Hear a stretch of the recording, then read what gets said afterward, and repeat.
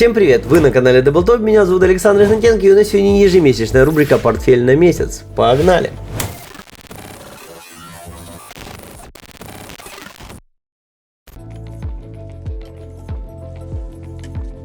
Для тех, кто первый раз на канале, ребят, уже более 3 лет, каждый месяц я беру 10 тысяч долларов, составляю портфель из различных криптовалют, покупаю их, смотрю потом результаты, в конце месяца либо плачу, либо радуюсь, либо забираю деньги, либо добавляю и пересоставляю портфель. Но самое важное, ребят, учиться на своих ошибках, потому что в этот момент я помню, о чем я подумал, после чего взял этот актив и потом могу посмотреть, сработал этот паттерн или нет. Так что крайне это важно. Конкретно в этом видео еще будет у нас, тут, считай, смарт-идейка, так что не переключайтесь. Итак, что все по портфелю, по результатам портфеля, который по октябрю, точнее, я его назвал Октобер. Многие смеялись в комментариях и подкалывали, типа, мол, Гнат, что-то там Октобер, что-то там пишешь, какой сейчас вообще покатимся. Биткоин тогда был 28 тысяч, люди тогда такие, ну, как бы с недоверием на самом деле относились, такие, ну, вот сейчас мы будем падать, где-то вот здесь вот начинался этот портфель, и люди говорили, не, мы на 25, надо ликвидность снять, технический анализ вообще там орал о том, что явно на 25 их одно. Вот здесь вот проходит фейковая новость от ETF, и на этом фоне мы моментально вырастаем на 30 тысяч, после чего падаем на 28, тоже моментально. И здесь вот как бы уже можно было понять, что это не то, рынок сильно хочет ETF. Ну, прошло чуть-чуть времени, мы до этих же значений выросли, то есть вот это вот движение, как по мне, можно было забирать, 10% были дармовые на каких-то плечах, фьючах. Грех было этим не воспользоваться, но мы запомним, что такие свечи обратно именно на фейк-новости зачастую могут означать, что скоро будут люди фронт-ранить, потому что вот этот вот рост, который сейчас ожидался, он по сути дела отчасти произошел на ожидании ETF, и типа люди увидели, так что если он потом опрувнется, будет такой рост, так лучше мы сейчас купим, дождемся 2 месяца и заработаем вот это движение. На самом деле задача, ну, нетривиальная, как по мне кажется, поэтому и уже на этом фоне можно было расти, потому что, опять же, черных лебедей у нас только как бы скам Binance и USDT, а не очень понятно, когда это произойдет и как это произойдет. Но вот белые лебеди в виде халвинга, в виде принятия ETF, в виде регуляторной базы, в виде того, что, возможно, какие-то деньги пойдут со стороны Азии, какой-нибудь Гонконг, об этом дальше поговорим. И вот эти вещи надо учитывать в своей стратегии, понимаешь, что если так произойдет, ну, вы можете остаться, скажем так, не у дела, если будете ждать падения. Поэтому это частично сыграло, да, биткоин вырос, тут вот как раз уже рост происходит интересный. Мы сейчас пойдем с вами в ту тему, которую никто особо не поднимает. Это вот если тут увидите, по-моему, на Binance большими буквами, торгуйте FD и USD к битку, и у вас будут нулевые комиссии. На этом фоне здесь просто космические комиссии, они повышаются. Вообще этот стейбл крайне интересный, вот это FD и USD, если посмотреть на него, то это First Digital USD. И тут интересный момент, его вообще даже убрали, когда даже биткоин здесь не показывает объемы KFD и USDT, потому что они, типа, видимо, его не считают, типа, оригинальным коином, но в самом им объеме $1,5 миллиарда в день в битку на Binance, посмотрите, это огромнейшие объемы, в том числе к USDT, то есть это ликвидная пара, которую можно сейчас, ну, кто-то там заводит, очевидно, это деньги, вы можете их Twitter почитать, потому что там тоже очень интересные новости, он меня чуть-чуть затроило, но суть в том, что у них повышается капа уже 480 миллионов, а в августе еще буквально было там 150, мне кажется, они писали, ну, это в сентябре было, вот в августе было буквально 150, 300 миллионов, ладно, в июле, наверное, было 350, ну, в общем, они очень быстро растут, вот 1 августа 150 миллионов капа было, они очень быстро растут, этим как бы гордятся и накручивают объемы. Дальше, когда вы там смотрите на самом сайте, там можете уже там погуглить, поискать и white paper почитать, но это First Digital Stablecoin, и тут интересная вообще поправка, что, насколько я узнал, этот стейблкоин сделали, ну, в замену BUSD, и чтобы по всем требованиям регулятора.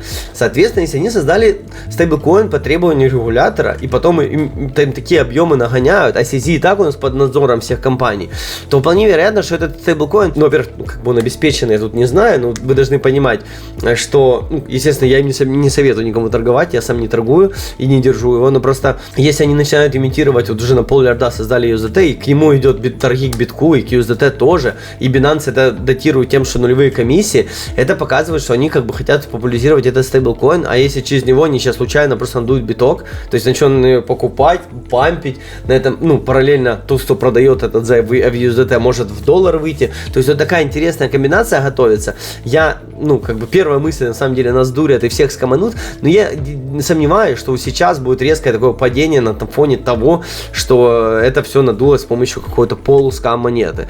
Но факт остается фактом, биткоин уже закрепился, я думаю, что у нас новый рейндж, там 32, 35, я не знаю, 36 тысяч, в этом режиме будем ходить, возможно, мы до Нового года протелепаемся, и ликвидность отсюда потихоньку будет расходиться, сейчас вот поговорим об этом. Ситуация такая, что да, биткоин у нас интересную показал. Вот результат вообще на самом деле октября у нас плюс $911, плюс 9%, считаю тоже не так плохо, учитывая, что все ждали, что будет 25 тысяч по битку, и у нас тут 30% стейбли, то есть достаточно консервативненько.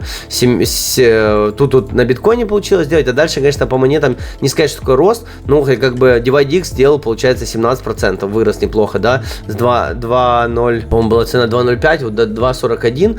По матику тут не отработало то, что я хотел, хотелось бы, чтобы я 0.7 увидел, но все равно здесь 13-14% рост тоже годится. Фракс стоит как бетонный, об этом мы поговорим сейчас, когда будем набирать заново фракс. Ничего не поделать. На Earn Finance тоже не повлиял, это новость, которую я жду, ну, выросли там чуть-чуть, на 8%, 39 баксов с этого заработали, но главный наш перформер, скажем так, биткоин с DivideX, наверное, я не знаю. В общем, в любом случае, результат не самый плохой. Начинаем наживать, я напомню, что сентябрь плюс, октябрь плюс, и теперь ноябрь, собственно, вот, смотрим, что по ноябрю. Я взял 25% стейблов. Ребят, тут такой момент очень важно, что я как бы в самом этой рубрике немножко агрессивнее иду, потому что вижу, что времена, как бы, как мне кажется, хорошие для того, чтобы инвестировать, но, опять же, для тех, кто в долгосрок, не стоит набирать какие-то альты, купить и ждать 5 лет, чтобы потом не приходили ко мне через год, как мне сейчас приходят там люди через 2 года, ну шо Карура, ребят, Карура, Кусама, это все давно слили. Если вы на один видео залетели и хотите сейчас набрать и сразу иксануть, так не работает. Вы либо покупаете биткоин и эфир, возможно, может только биткоин, либо уже вникаете и сами покупаете. Вы должны отвечать за те решения, которые принимаете. То есть, если Гнат набрал чего-то, вы должны, по моему мнению, и выходить. Вы от меня зависите. Поэтому я пытаюсь донести мысль, что вы должны сами образовываться, сами думать, что вы делаете. Это очень важно. Собственно говоря, UTC у меня 25%, потом биткоина 20%, эфира 15%. На самом деле, та же самая ситуация, что была, по сути дела, месяц назад. То есть, я беру больше битка, меньше эфира. Возможно, тут можно даже меньше чуть-чуть взять эфира. Опять же, ну, на биток главная ставка. Если будет approve ETF, а возможно же, по моим ощущениям, либо ноябрь, либо декабрь. На январь совсем маленькие шансы. Соответственно, когда будет аппрув, поедем вверх, там еще будет 7 аппрувов, все компании будут аппруваться. Мне кажется, в этот момент мы дальше можем поехать. Если, конечно, никто нас не встретит очень жесткими там какими-то сбриваниями, я уже не знаю. Далее эфир. По эфиру, смотрите, ситуация какая. Всегда накачивается, например, биткоин, после чего ликвидность перетекает в нижнюю часть альткоинов, то есть альткоинов, уже каких-то сильных альткоинов, типа эфира, наверное. Ну, вот сейчас мы видим, даже на самом деле накачивается Solana, да, если мы можем посмотреть коин Gecko, то накачивается у нас неплохо за последнее время Solana, Cardano почему-то накачалась, Chainlink очень хорошо перформит, на самом деле с $7 до 11.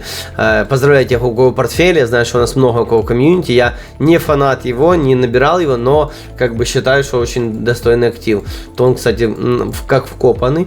Ну, дальше уже, на самом деле, можно долго перечислять альткоины, которых как дела. Ну вот альфу неожиданно показалось, но снова начала показывать Solana, даже не он на этом фоне подрос. Мне об этом не дают забыть, конечно, как иначе. Что могу сказать? Поэтому сначала пойдет ликвидность, мне кажется, все-таки в биткоин, потом уже в эфир, но возможно, если биткоин сейчас будет стоять на одном уровне, то мы сейчас увидим в альтах. Плюс у эфира как бы обновление IP 4844 вроде как в январе, возможно, под это дело тоже будут качать. Я тут уже не знаю.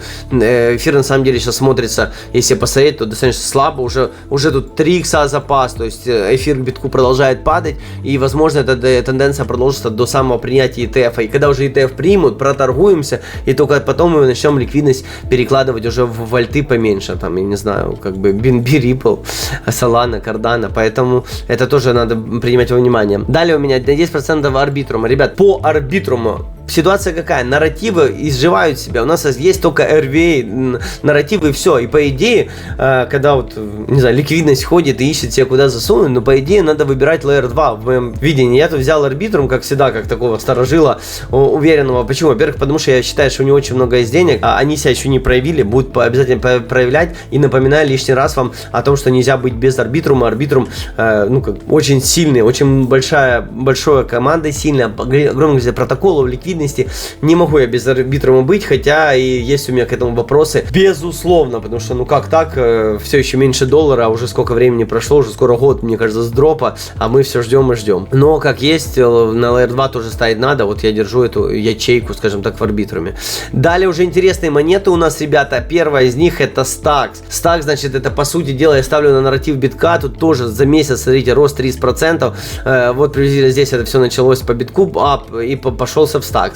Тоже один из потенциальных нарративов, по сути дела, это биток с плечом, потому что это из их экосистемы, но у меня тут по Stax'у большие вопросы, я говорю, общался с командой на конференции здесь в Америке, они не очень заточены на маркетинг, они могут этим не заниматься, но я вижу, что рынок как бы качнул их нарративы, если биткоин будет качаться вверх, то на Stax на этом волне должен взлетать. То есть у меня вот примерно такое к этому отношение, хотя, безусловно, супер оптимизма на тему Stax не испытываю, кроме того, он очень тяжелый, да, там 900 миллионов капа, но при этом уже, как бы, достаточно такой старенький, проект работает, развивается, и, возможно, что-то он изменит, я не знаю, в экосистеме битка, если биткоин будет стрелять, то Stax хорошая ставка на рост биткоина, почему нет? Я вообще советую, что часть своих биткоинов надо, наверное, в Stax держать, ну, хотя бы 10%, потому что Stax будет аутперформить. Далее, SUI, ребята, по SUI. Такая интересная ситуация, гнат переобувается. Но это вообще смарт-идея, мне кажется, потому что у нас вообще произошло по SUI? По SUI я все время открывал дефилам и говорил, ребята, ну что, хочется вам, хотел рукой закрыть, вот типа часть графика вот эту, ну вы понимаете, да, вот которая растущая неожиданно вверх, а до сюда, вот это было отлично, 30 миллионов, 25 падали, я говорил, что это помойка. Где-то здесь они начали вот здесь, вот прямо вот в этой точке, точнее, просто неожиданно начали добавлять ликвидность, протокола, начали количество расти, и они начали очень плотно рост. Уже ТВЛ получается такой, как у Aptos, то есть они догнали, буквально вот только что догнали. Тут если можно посмотреть, где-то Aptos вот 30 протокола, конечно, имеет 74, вот у SUI чуть больше. Но при этом, ребят, если вы посмотрите, конечно, капитализацию, ну там страшно сравнивать. SUI 99 позиция, 400 миллионов, и у Aptos 34 место, 1,6 миллиарда. Разница просто колоссальна. Aptos уже пошел качаться. Тут, конечно, не значит, что SUI будет вслед за Aptos качаться, потому что, например, это два разных кейса. Там раздали токены просто так людям, потом все это выкупили, пропампили. Тут вроде как бы до сих пор разлоки постоянные, это есть от этого давления на стакан, но уже все, мы разлоки не сливаем. Сам SUI все еще стоит, ну, как по мне кажется, не очень дорого, да, то есть если посмотреть, сколько у нас тут SUI стоит. SUI я беру, получается, по 45 центов. Потенциал, на самом деле, достаточно большой, глядя на Aptos, и если вот у них будет дальше вот это непосредственно развитие, здесь уже я еще думал, вот я вам честно говорю, 5 дней последний думал, может быть не брать SUI, может быть рано, но просто за 5 дней еще 10 миллионов. И вот если это продолжится, если у нас до конца месяца будет 150 миллионов, то рост не заставит себя ждать, потому что я здесь ставлю вся на технологии, на применение этого, на того, что есть там какой-то движ, там есть сейчас квесты для ревардов, может на этом фоне какая-то движуха, но явно видно, что начали накачивать для меня лично SUI, они начали выдавать деньги на инцентивайзы. Возможно, цена, конечно, 25 центов получше была бы, но я что-то начал переживать и решил немножко себя страховаться, немножечко взять SUI в свой портфель, всякое бывает. Но опять же, Dior, и внимательно следите, потому что мне лично сейчас эта идея, конечно, импонирует. Ну и последний мой актив, страдальческий, по-другому назвать не могу, это Frax. Ребята, 5.98, я, кстати, его брал 5.65 вот месяц назад.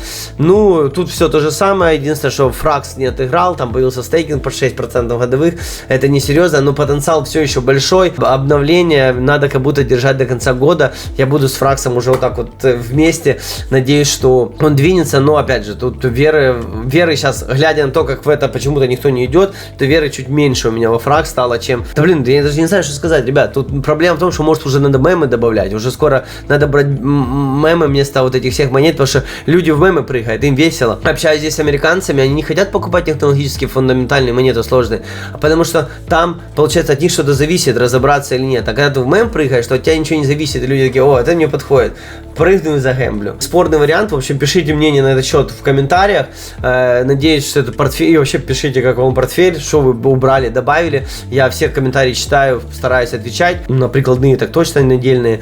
В общем, на этом можно заканчивать. С вами был Игнат. Ставьте лайки, подписывайтесь на канал и будьте дальше внутри рынка. Уже началось, ребят, все, уже началось, мы это видим.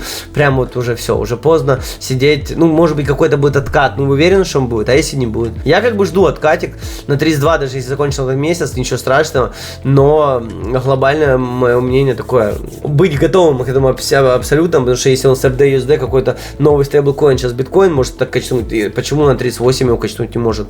Это все, скажем так, по законам пампов происходит тогда, когда больше всего народ не верит и еще не покупает, а люди не покупали, ждали, конечно, ниже просадок. Ну вот имеем 3-4. Собственно, на этом все. Всем спасибо, до новых встреч, пока.